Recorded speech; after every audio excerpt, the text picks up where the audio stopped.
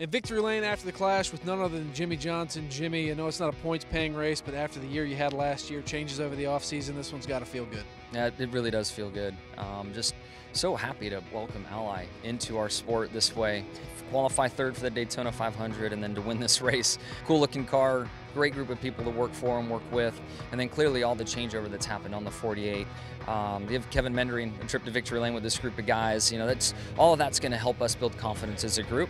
And then clearly Hendrick Motorsports just had an amazing day in general. Talk about that day. Talk about, your old crew chief, Chad, along with your teammate William in victory lane here, celebrating a pole earlier. You guys sweeping those top 4 spots. I mean, momentum seems to be on your side as you head into the Daytona 500.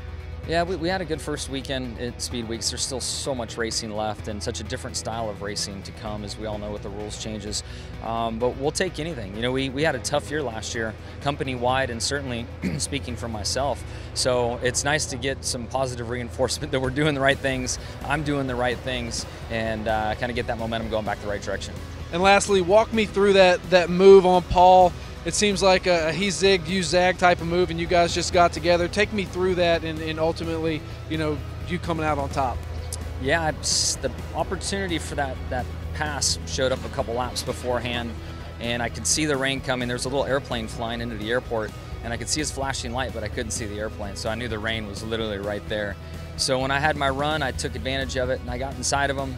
And I saw him wobbling, and then we made some contact. So I don't know exactly how his car started wobbling.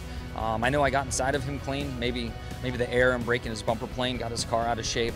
And unfortunately, he went around, and then clearly the rest of the field came into that. So that's not what I intended to have happen. But I am here to win a race, and I had to make that move to win the race.